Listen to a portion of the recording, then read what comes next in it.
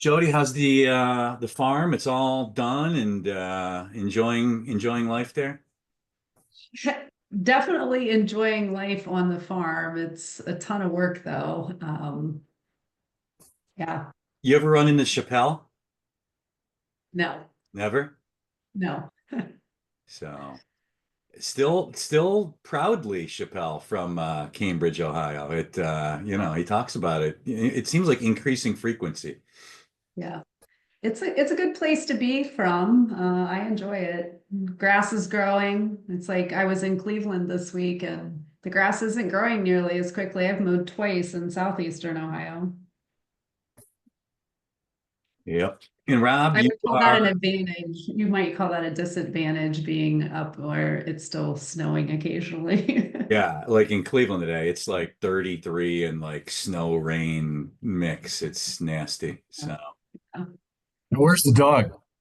Where's Frankie? I got him locked up again. it's he's naughty. Well, at Are some you point you should make an appearance.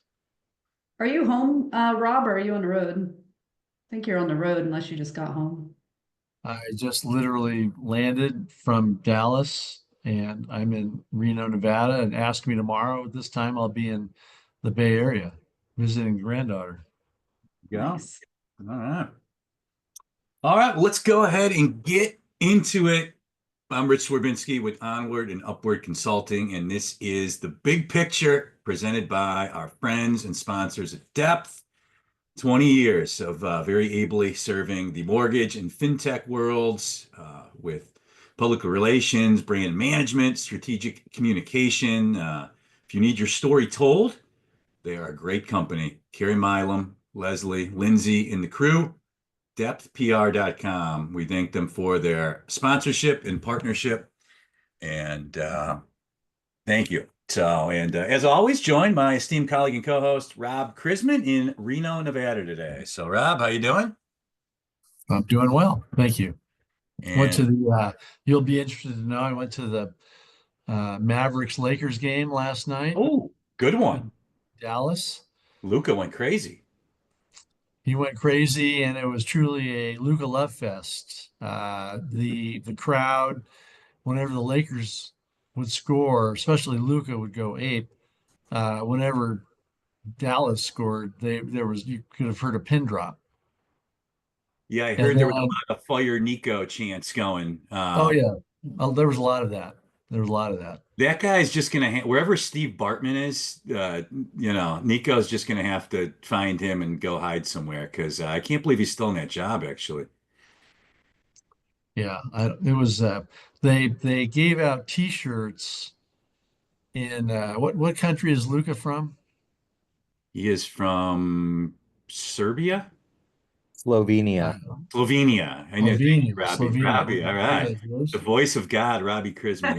Slovenia. They gave out T-shirts in Slovenian, like Okay.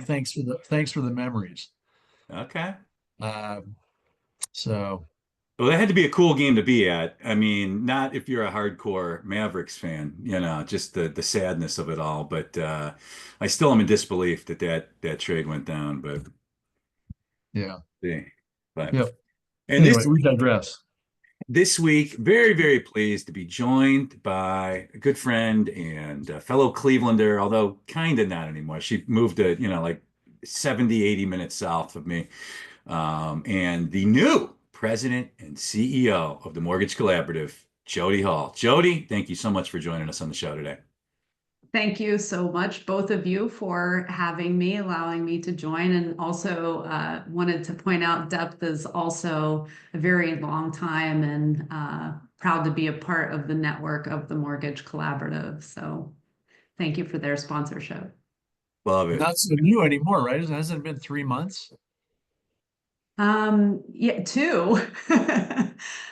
I, Oh, it yeah, wasn't January at the IMB when they you got announced. I started whatever the first Monday of February was. So yeah, just 2 months in. I do feel like I've been here forever though. I mean, Rich, you joined a month before a massive conference. I mean, that's always a tough time, to come into an organization, but I heard it was incredible.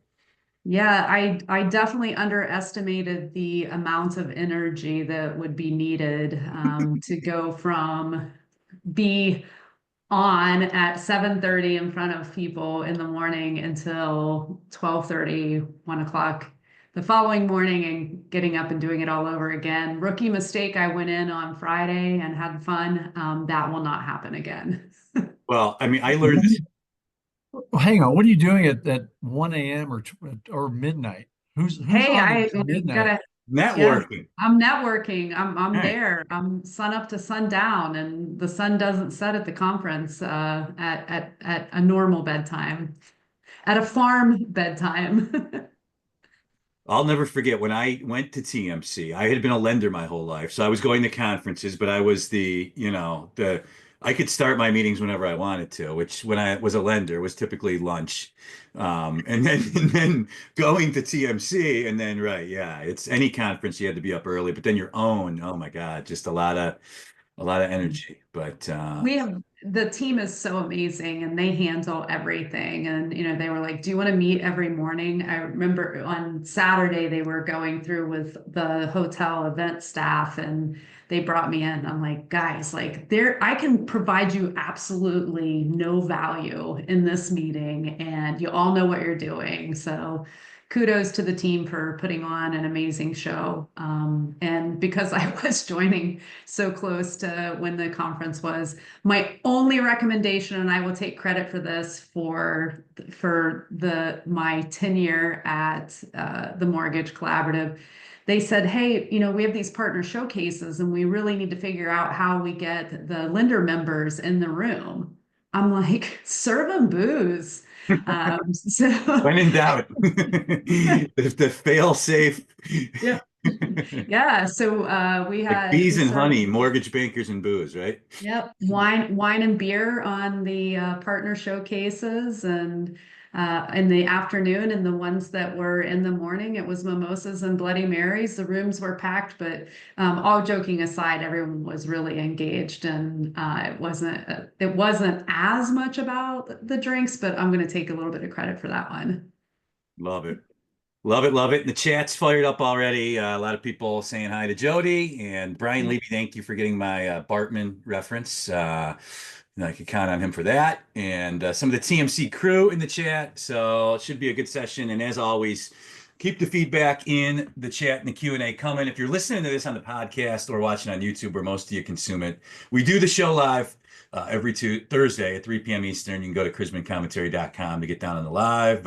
It's even funner than consuming the pod or the YouTube. So, but Rob, we got to start just the tariff madness. I mean, really, is just the volatility in the markets, tariffs on, tariffs off, but the China tariff up. The markets are just going absolutely wild, including the bond market. We touched 399 at some point, I want to say late last week. I checked it before the show. We were at 439. So it has been a wild and wacky ride. And yeah, as always, I ask you to just get us started by trying to make some sense of this for the people. What Good luck. what sense there is, right? Good Um, luck. yeah, tweeting Ira. Ira, I look to Ira for all my news actually because Ira, I think, has an X account or a Twitter account or whatever it's called these days. So he gets, information from Bill Pulte because I think that's Bill Pulte's method of, uh, uh, you know, communication. As a quick aside, I'm going to steal my own thunder for in tomorrow's commentary.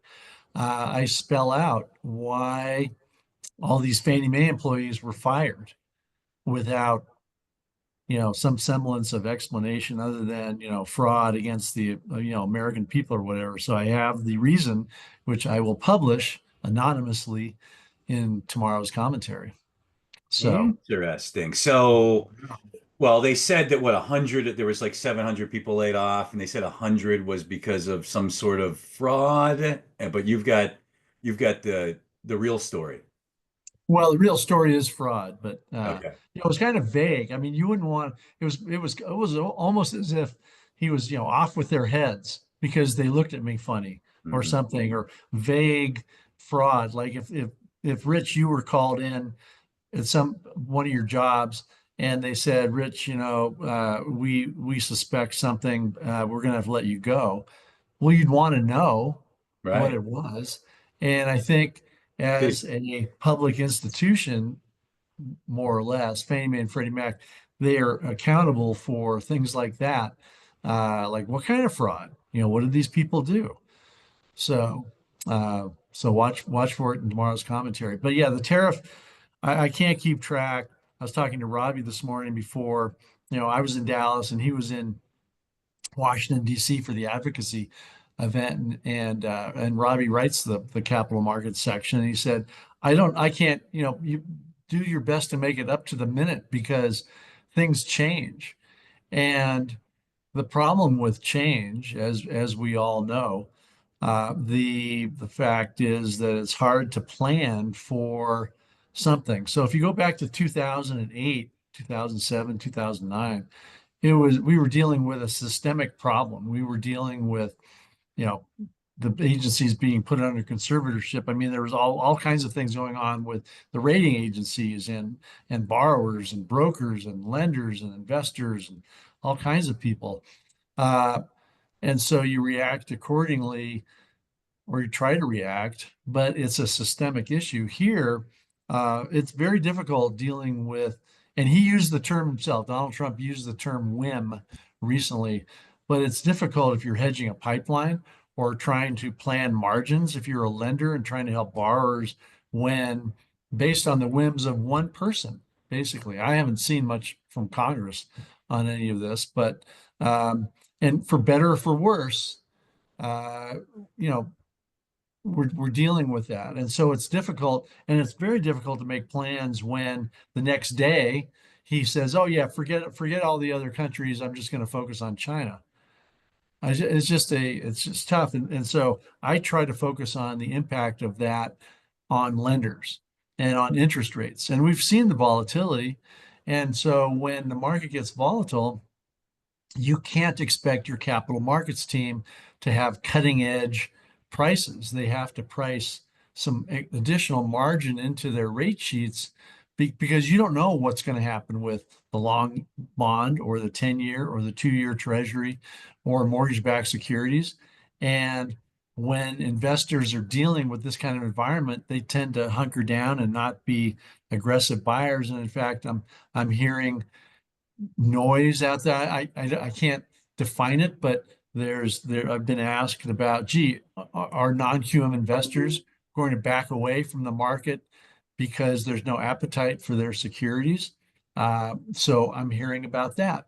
So there's a lot going on that does impact lenders, and we can't keep politics out of out of the bond market and vice versa. So a lot going on, and it's not particularly good. I think I speak for all capital markets folks by saying we just like a stable environment. And if rates are going to go up, let's do it a little bit at a time over time.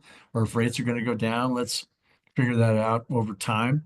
Not the intraday moves that we've seen. It makes it very difficult for anybody in lending to deal with that kind of environment. And in your commentary this morning, Rob, I got to admit, I started my day off by being terrified by just the Chinese holding of American mortgage-backed securities and the potential impact of if they, as a mechanism to combat the trade war, were to start selling them off. Especially because, I mean, the one thing I'll say with like Trump and Bessent, like they have been really talking a lot about and very seemingly concerned with the long end of the yield Terrified, curve. terrified, Terrified, Rich, like, and terrified. I mean, Bessent spoke to, it was yesterday, I read it this morning, to an ABA bankers conference. And again, he was talking about the long end of the yield curve. He was talking about the supplemental leverage ratio, the regulation that they can wipe away that would make it make sense for banks to once again buy treasuries. But yeah, I mean, the whole China thing, the strategy there seems a little crazy given how they could impact the American mortgage market and given how much the Trump admin, rightfully so, has been kind of focused on that. I've been talking about it on the show for weeks, but yeah, it's a little scary. Yeah, you're dealing with investors out there in the world who have, and I was explaining this to an audience yesterday. If you're a money manager or a pension fund manager in, Johannesburg, South Africa, or Munich or wherever, you have a multitude of investment vehicles into which you can put your funds.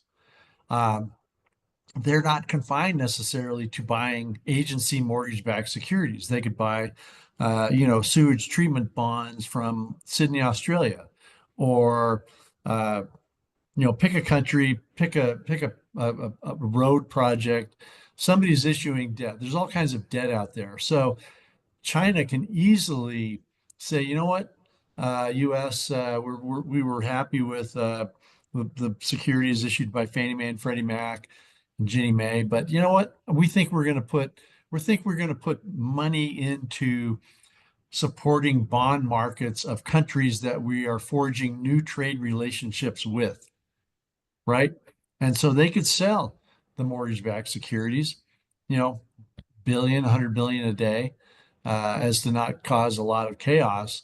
But at some point, if that picks up some momentum, and they are indeed buying securities issued by other countries that they want to forge good relationships with, there's nothing really stopping them. Yeah. And who pays? Our borrowers would pay. Yeah. Well, it'll be interesting to see how it all plays out. No sign at all, the news cycle slowing down in the mortgage industry, seemingly breaking major news every day. We'll see how it all plays out. But on to more sane. I should ask Robbie. Robbie, you okay with me using I terrified like that, I Robbie. already I already in got the an lead? email. I already got an email from Bob Niemi saying he stole it. So it's fair game at this point. There's no intellectual property anymore. China says they're doing away with it. They're going to make their own Dyson vacuum. No intellectual property in 2025. So go ahead. Terrified. I'll lead off with And that. one other good point in the chat, if China were to sell their MBS holdings, they would have to do them at a big loss. You would assume, just because the rates are, the yields on bonds and prices for that matter lower than they've been in a long time. But who knows, what their blended Well, home. I mean, so what they suffer a loss. Do they Yeah. care? I Yeah, that's mean, what I'm they're saying. I don't, their history and just decisions as a country hasn't been the most sane, throughout history. So it's hard to like them against Trump. It's like you got the double wild card thing going here. It's like it's like the most right. insane reality show, except it's really happening. Have you It's ever read it's the book? Have you ever read the book, Ego is the Enemy? It No. doesn't matter when ego is Yeah. involved, what the Yeah. financial cost is. Yeah. Yeah. So we'll see what happens. So stay tuned to the big picture for more hard-hitting analysis on tariff gate 2025. So, but well, Jody, on to greener pastures here. And, for those that don't know, Jody, an illustrious history in the industry as a lender, as a leader, and stepping into this very cool role with the great organization. I just want to start, Jody. Some listening, watching may not know the Mortgage Collaborative, the history of the Mortgage Collaborative, but if you could just speak about the organization for a little bit and just, yeah, your first couple months and your general vision. Excited to hear it. Yeah, absolutely. I have a unique perspective on the Mortgage Collaborative because I have been connected. When I was at Cross Country Mortgage, we joined the Mortgage Collaborative in 2017, and that started a very good history with the company. So we're 8 years and running. And then Nationwide Mortgage Bankers, when I went over there, I was like, we have to join the Mortgage Collaborative. Two different companies. I have been a lender member of the Mortgage Collaborative. And when I stepped away from Nationwide Mortgage Bankers into my own consulting, they started a consulting partner division of the Mortgage Collaborative that gave me another angle to stay connected to the collaborative, and then now in this position running the organization, I feel like I have a unique perspective because I've been both on the lender member side and on the partner side. But for those of you that do not know, the Mortgage Collaborative is made up of over 200 lender members and over 70 vendor partners. It is a different type of organization, and it is very lender first. However, we do absolutely respect the opportunities that our vendor partners give to us to run amazing conferences and provide a tremendous amount of benefit to our lender members. But it's all about collaboration, and coming into the organization, I have no desire to change the core that Rich played a very big role in establishing and growing the organization. And I lean on Rich as a coach to help me in, doing that. And he also coaches part of the team in growing their business, which we feel very fortunate for. But the big focus and the vision that I bring to the organization is to take the core values and the mission of the organization and drive it forward and bring it forward in technology as much as possible. It's about creating a culture of accountability and really servant leadership. And what I mean by that, it's not that the organization hasn't been accountable, but I think that we can definitely hold each other accountable within the organization. We can hold our partners accountable for creating greater benefit for our lender members. We can hold our lender members more accountable for providing value in the industry. We will be more accountable to more innovative and cutting edge technology in the mortgage industry. And that as a whole is going to change the industry and have an impact on the change within the industry. So I think it gives us broader reach. And that's what I want to bring to the organization. And I am absolutely thrilled to lead such an amazing group of people. I joke with people telling them that I'm a recovering lender. But what I realized is when there is so much turmoil in the industry, I feel personally responsible for the growth of those 200 plus lender members and for the growth and the success of our partners. So it's a tremendous weight to carry, but I do think that together we can really continue to move the industry forward and keeping small and mid-sized mortgage lenders competitive in the market. Awesome. And announce your next conference location, Boston, one of my favorite conference cities. And so you guys will be there in September. And of course, you were just in Dallas for the most recent event. And would also love to just get your perspective on the event. You've been going to TMC events, as you noted, for many years, but you're first running the organization. And, maybe some of the surprises, takeaways that lenders are, using to combat this still challenging market. And just any other takeaways from the event that stuck with you. Yeah, we were saying this before the show. I'm not sure if everyone was on or even if we were live at that point, but I definitely underestimated the amount of energy that it takes to put on the show. It's different to show up for a show when you are a lender or a partner than it is to actually host the show. And the team does an amazing job, and the amount of work that goes on behind the scenes is mind-blowing. But Dallas was great. We had the second highest lender member attendance that we've ever had, and our winter conference is traditionally our lower attended conference than the summer conference, just because of the timing, and people are ready at the end of the summer to get back into things after the kids go back to school.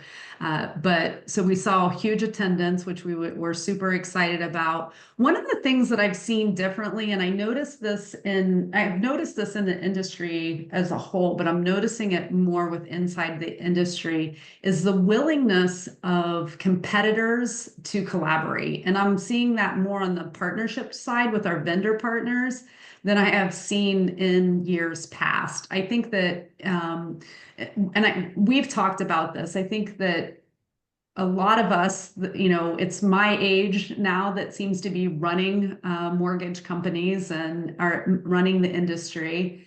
And I think that we're all at a point in our career where it's much more important to have an impact on the industry. And we have that servant leadership belief. So we're seeing our partners come together, and many times in a competitive, it's not uncommon to see head-to-head competitors collaborating to solve problems for mortgage lenders. And so I think that I would love to see that continue. And we're going to be doing things to keep that flywheel rolling on the collaboration with our vendor partners, even if they are in a competitive environment. So Jody, it sounds like from my vantage point that you're firing on all cylinders already. Like TMC is doing fantastic things already. Is there anything at all to improve? I mean, what are you working on? To provide more value, really. I personally want to provide more value to our partners and providing them, strategic relationship, making connections, which has been, my passion for years within the industry. So being able to do that further with inside of the organization and really working on that collaborative piece with the partners. So many people know the Mortgage Collaborative for the collab labs between our lender members. We want to take that into our vendor partners and taking the pulse of the network and things that the network really wants to focus on, and having our partners develop solutions that can benefit the membership. So that's one of the things that we are working on, and we're working on enhancing some of the really amazing things we already had, which were the collab labs for the lender members, but also Benchmark, and really stepping out. Benchmark is our lender members provide their data, and we provide benchmark resources or information on a monthly basis to the membership. We want to elevate that and really enhance the reporting that we're doing, the look and feel of the data, getting the data in the partners' hands so that they can further drive efficiency, further drive production, and help in that benchmarking part. So we will, if we stop improving, then what's the point? So I think that we'll always have enhancements that we'll be able to do over the years and continue to add value to all of the members of the network. See, I never got that message. I stopped improving probably about 1983. And it's been just a slog ever since. So Yeah. darn. Yeah. Anyone knows me knows I don't sit still and think that, there's always room for improvement and to push forward, and great ideas come out of collaboration, and we'll continue to push that forward. I will tell you, one of the things that feedback that we got out of the network is like all the vendor partners seemed happy. And that's to the team. Like if we can keep all of our vendor partners happy, like we're really accomplishing a lot. I am a little bit concerned about conferences to follow though, because it's like it was a pretty big show and really positive, and to be able to follow that up and to continue to get those, raving reviews, it's going to be hard. So we'll try not to screw it up. You're just gonna have to up the liquor carts and the wheeled in bars. I mean, when in doubt, right? The old faithful. Yeah. So, Yeah. Yep. Jodi, the technology landscape, a huge just part of your DNA. You were an incredibly tech-forward president of Nationwide Mortgage Bankers. We would lean on you repeatedly for TMC to lead sessions on tech implementations, and then your consulting company down the road you had a lot of technology companies that you worked with. I'd love to just get your assessment of the technology landscape right now. It seems like for the first time, it's finally, like, after years of kind of some empty promises and one big vendor controlling a lot of the tech Yeah. the tech space in the industry. It just feels Yeah. like tech in general is and has emerged to the point where it can be true ROI Yeah. lenders. You got the Mhm. Mortgage Technology Fund as part of TMC. So a long way of saying welcome your perspective on the tech climate right now, and maybe how TMC can help its lender members make better decisions on which tech to implement. Yeah, it's if you think about the number, and Rob, we've talked about this, and I think you've seen like the market map data that Danderode created last year and has continued to evolve. But it's like 5 years ago, what were there? 5 CRMs, 2 point of sales, 3 LOSs. And when you look at the technology that is coming just on like core technology that we need to operate, it's so flooded and so convoluted, and it's hard for mortgage lenders to be able to know what is out there and what the best options are. So I think that, the entrance of a lot of new technology has muddied the waters from making decisions for mortgage lenders is one thing. But to your point, I think that finally technology, they're getting it, right? Like they're starting to understand that if I'm going to bring a product to market, I need to know what problem I'm solving that already exists. One of the things that 2 years ago I was saying is like, go find a lender and find out what their problem is and solve their problem. Don't make up a problem to solve, because then you have 2 sales cycles. You're trying to solve a problem and convince the lender that they have that problem. Then you have to sell them that your technology is the best for the solution. So I think that the stories are getting better to show the case studies and the return on investment to lenders for some of them. But I do think that we're going to continue with the entrance of AI. I think that we're going to continue to see a very muddy market. And I think for mortgage technology, and I think that we're going to continue to see more and more players come to the table, and many of them not having mortgage backgrounds and understanding the mortgage landscape and trying to create that. So it's going to be more weeding through technology to see what really works. And through that, with the Mortgage Collaborative, we're vetting technology all the time for tech vendors to come in as partners, but we're also vetting it on the tech fund side of things for investments. And it's going to take a lot more due diligence and expertise in due diligence and making investments. So it's not clear, that's for sure. Does the tech fund that TMC has, do you publicize the companies that you invest in, or is it secret? No, it's publicized because the companies that we invest in, the other investors have access to that data. So we currently have 8 portfolio companies that the tech fund has invested in. This is Well, the big picture, presented and sponsored by our friends at Depth. And this week's special guest, the president and CEO of the Mortgage Collaborative, Jodi Hall. And Jodi, of course, the big Rocket mortgage news, acquiring Mr. Cooper, and the M&A landscape in general is really active right now. My theory is that, like when the dust settles 2 or 3 years from now, I think the big are going to try to get bigger. But I do think that really opens up a lot of opportunity for small, community-centric mortgage lenders in America. I mean, let's remember that big companies getting bigger isn't always wine and roses, right? A lot of these companies are public.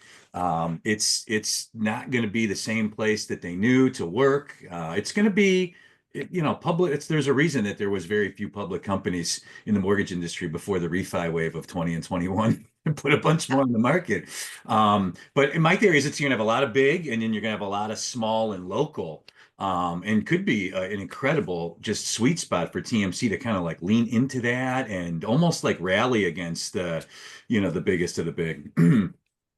Yeah, I think it provides 2 things. First of all, disruption in the industry is good. Now we'll take less of the tariff and interest rate kind of disruption, but when you have a big disruption like that, and the first place my mind goes is, Rocket is able to do what they do because they are tremendously efficient. They can, provide lower interest rates. They can get loans done faster.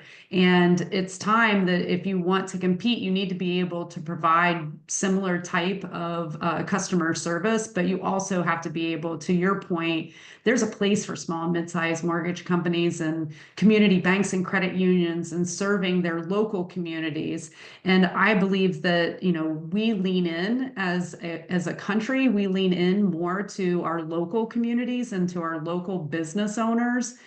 So I think that, there absolutely, it's a time to thrive but you have to lean into the technology. You have to lean into creating efficiency. And many people said, hey, like after the downturn in the market, I'm never going to hire a bunch of people again that I'm going to have to lay off, and I'm going to put this in place and that in place. And honestly, I don't know how many really did.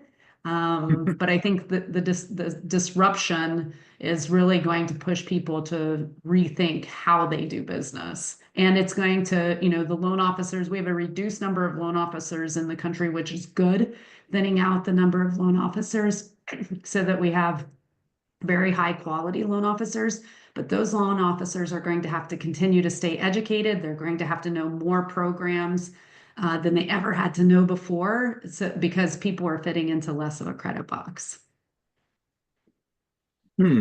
Any thoughts, Jody, on just, I mean, you're still new to the role, but just, I mean, themes from lenders that maybe TMC will lean into, or thoughts on maybe ways that, you might be looking to expand upon the value prop for lender members in 25 and beyond? There's a lot of leaning going on this call. We're all leaning side to side. A lot of leaning into this and leaning into that. I'm leaning so you can see a cute face. Maybe he's going to jump up here. Oh, Yeah. Wolf. Wolf. that is an adorable dog. What the hell? I think it has distemper. That is, what is that? What kind of dog is that, Jody? That thing is. He's an Australian Shepherd Shih Tzu mix. So he's a designer dog. We call him an Aussie shit. And his sister is around here someplace and looks nothing like him. Get down. Okay. I get an Aussie blue heeler mix, Yeah. so it's like always ready to go on a run, but that dog is adorable. Wow. Yeah. He's 8 months old. He finally got potty trained. Okay. Here, I can hear click, click. Here comes the sister.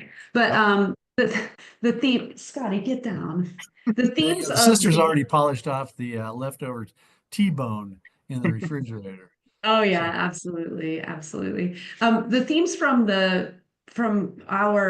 we do the Pulse of the Network 2 times a year, and the main themes have been housing inventory and affordability crisis.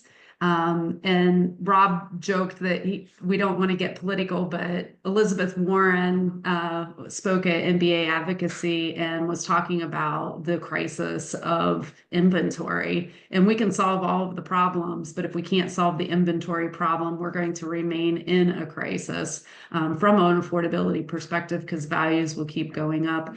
Other highlights are rising cost and margin squeeze, the talent and recruitment challenges, operational efficiency and tech roadblocks for them, and then revenue growth in a challenging market. And the only way to overcome these things is to collaborate and work together on solutions that can be used by the masses. And, we're working on not just collaborating internally, but we're working on collaborating outside of the organization so that we can provide greater benefit to our lender members. Very cool. Yeah, there's so many moving parts right now. I mean, I've been saying this for years, but there's few industries, if any, where there is more out of our control. Like all the main factors that impact mortgage lending companies, right? Interest rates out of our control, government policy out of our control, regulation out of our control. It really is a lot. But there is, I mean, that's why like what TMC does is so vital for our industry. I mean, because there's so much to forget about just running your business, right? I mean, if we didn't have all these external headwinds blowing left, blowing right, it still is hard enough to just run a business day to day, grow revenue, reduce expenses, increase profits. But then you have all these external factors. It's a lot to deal with. And it's cathartic to the lenders when, especially like first time conference attendees, they get in a room like that. And it's almost like a level, people that aren't used to that or that are in competitive environments, it's like a level of like shock and awe, the openness of lenders. But and most importantly, like the value that you can get from that is just immense. Yeah, no, and it is amazing to see people share. One of the most valuable things to me was the owner operator working group.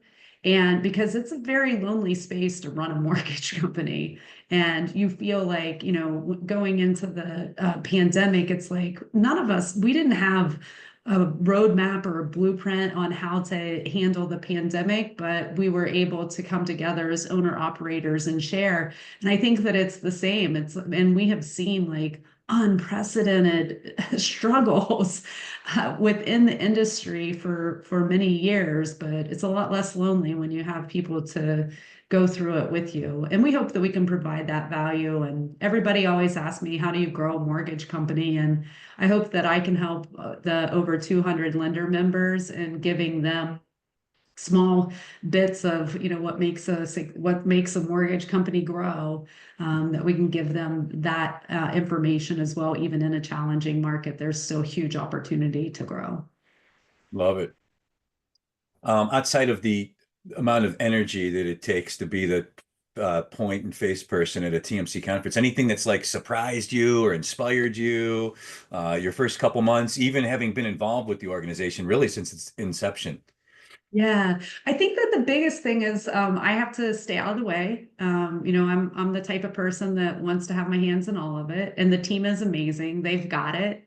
So I just need to be there more for moral support than actually getting involved. I think so. I saw one of the most amazing things happen at TMC.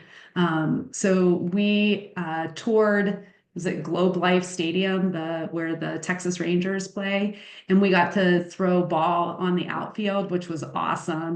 Being growing up playing soft baseball in Little League and playing softball, and to be on a Major League Baseball field and throwing hardball. It was a lot of fun. But Femi IE can do a cartwheel, and we posted it Oh, I on. saw it on LinkedIn. Yeah, that Yeah, was amazing. yeah.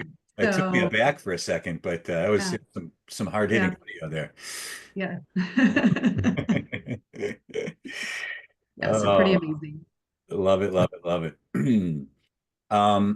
Any other just examples of peer sharing or innovation at the event that did you give people a little taste, of the in the trenches work that gets done at a TMC conference?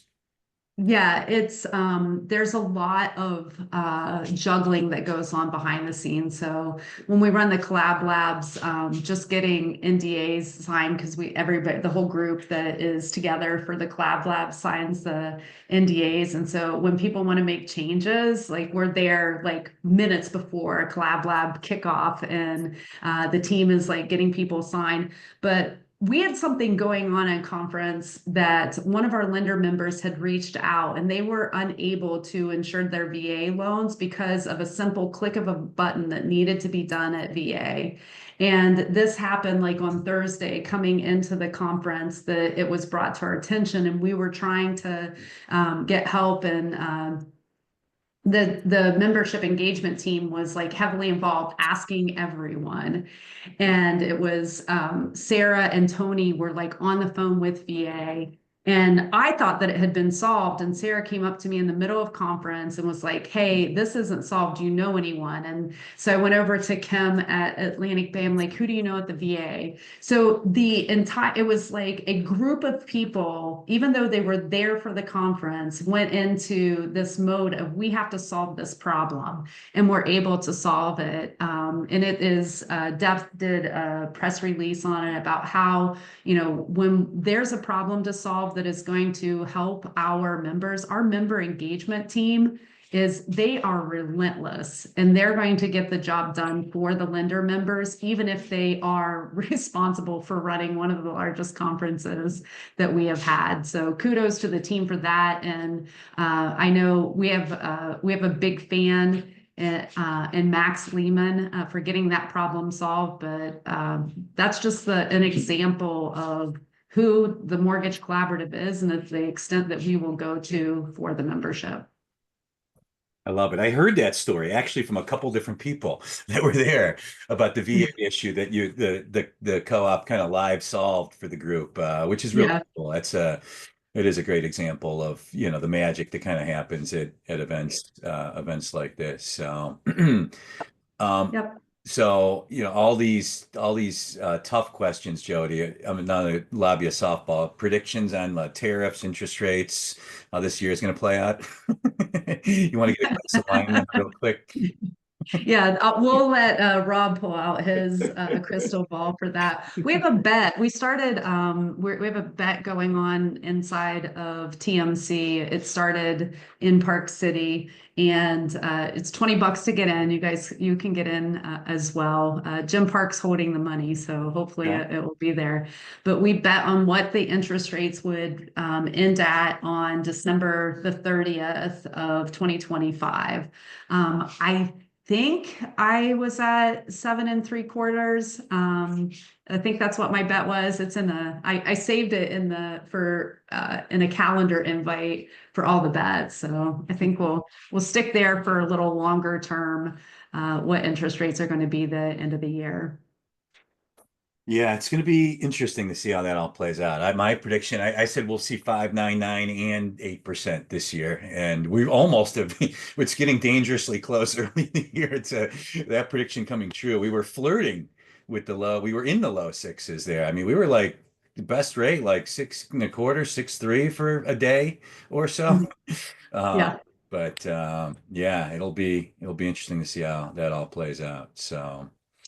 Well, as always, the time flies by, but Jody, I want to thank you so much for making some time for us today on the show and sharing more about the Mortgage Collaborative and all the great things you guys are doing, and all the best to you on everything with TMC and what you do for the members. So, Yeah, no, thank you so much for having me, and thank you both for your support over the years of the Mortgage Collaborative. Thanks for growing the Mortgage Collaborative, Rich. Owe a lot to you on where the foundation of that organization. So greatly appreciate you and appreciate your friendship as well.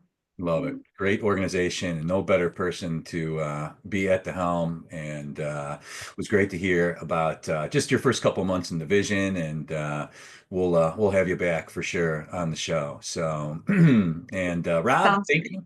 I'm sorry. Thank you, I Jody. said, great. And Rob, thank you as always. And good luck on your travels this week. Where are you headed again tomorrow? I missed it at the beginning. Bay Area. Then next week will be San Diego for a credit union event There you with go. with Robbie. Nice. So There you go. All right. The voice of God, Robbie Chrisman. So, Robbie, good to see you early on the show as well. And thanks, as always, to all of our attendees for taking part of your week to spend it with us here on The Big Picture. We're live every Thursday at 3 p.m. Eastern on Zoom. And then you can always find us on podcast and on YouTube. And want to thank you again for spending some time with us. And a great rest of the week, everyone. A great weekend. And we will see you all next week on The Big Picture. Have a great night, everyone. Take care.